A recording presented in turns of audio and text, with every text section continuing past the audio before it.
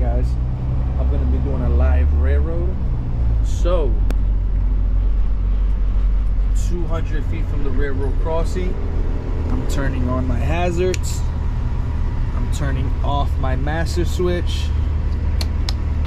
I'm gonna request silence please, and I'm turning off all noisemakers, and I'm gonna make sure those hazards are working in the crossover in the Elmo and traffic is slowing down with me.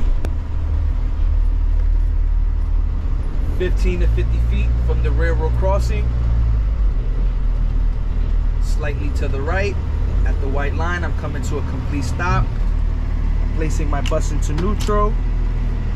I'm opening my window and door,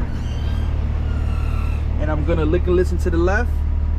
I'm gonna look and listen to the right. I see no gates, bells, whistles, no flashing lights. My single or multiple tracks are clear, and I have a 2-bus clearance on the other side of the tracks. Now I'm placing my bus into the lowest gear, and again I'm looking and listen to the left. I'm gonna look and listen to the right. I see no gates, bells, whistles, no flashing lights. My tracks are still clear, and I still have a 2-bus clearance on the other side of the tracks. Now I'm closing my door. I'm gonna make sure I have no traffic trying to go around me, and I'm gonna go over the tracks as quickly and safely as possible.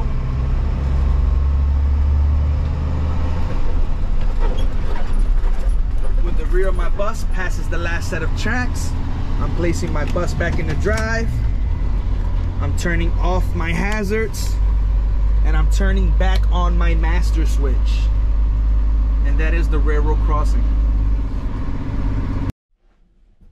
All right guys, I'm gonna end my railroad crossing video just on a recap and explaining the certain steps and why we take those certain steps. So I know we're in the middle of our railroad crossing. I'm placing it in neutral, then I place it in low gear, and I'm looking and listening. And the reason why we go over the tracks in our lowest gear is because the lowest gear is our strongest gear, right?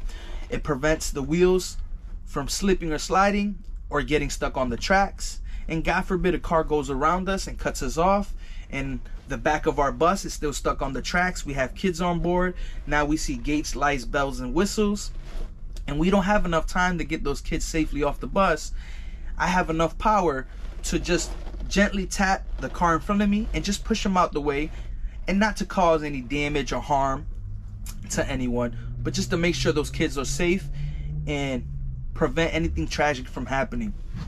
And now let's say we're in the middle of our railroad crossing, and I'm looking and listening, and I got the bus in low gear, and I'm looking and listening for the second time, and I do see gates, bells, whistles, and flashing lights coming down. At that point, I'm gonna put my bus back into neutral. I'm gonna place my parking brake, and I'm gonna wait for that train to go by. When I see the train go by, I see my gates, bells, and whistles go off, and the gates go back up. From there, I'm gonna start my railroad crossing from the beginning all over again.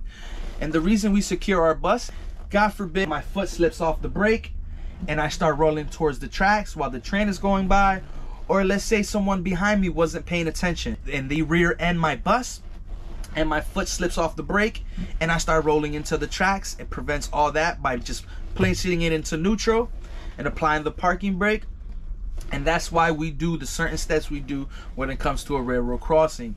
I appreciate you guys for watching, and for the bus drivers out there that are watching my videos, just to stay proficient. If you're looking to get your CDL Class B through a school bus company, or if you just want to just stay proficient and be safe, I appreciate you guys for watching my videos. Until next time, guys, stay safe out there, and I appreciate you guys watching.